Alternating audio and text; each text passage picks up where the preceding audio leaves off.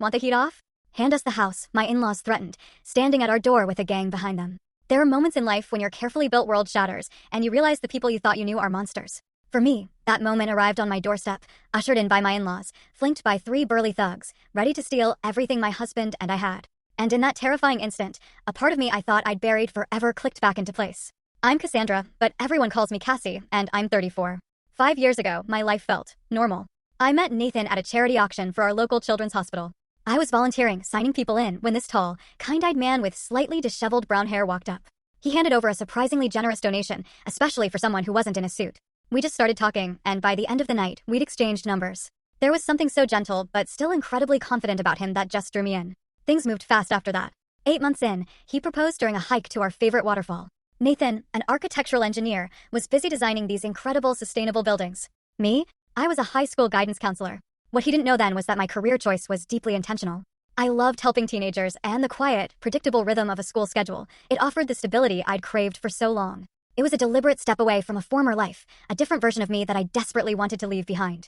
Nathan used to tell me, "My grandmother would have loved you, Cassie." Gloria had raised him through much of his childhood while his parents, Martha and Gerald, were consumed by building their import business. When Gloria passed away just 6 months after our wedding, we were heartbroken. But then came the reading of her will.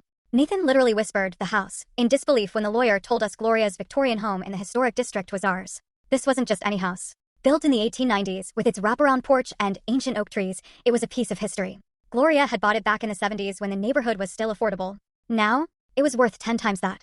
"This is where we caught fireflies," Nathan told me, his eyes misting as he showed me the backyard. She taught me to bake cookies in his kitchen. Every room held a memory for him, and soon, they started holding memories for us, too. We spent weekends stripping old wallpaper, painting in soft, modern colors, updating the kitchen while lovingly preserving its original charm. It felt like Gloria's spirit approved of our changes, a perfect blend of old and new. But what became clear, shockingly quickly, was that Nathan's parents did not approve. Martha and Gerald had always been chilly towards me. But the inheritance? That pushed them into outright hostility. "She should have left it to us," I overheard Martha hissing to a relative at the funeral reception. "What do they know about maintaining a historic property?"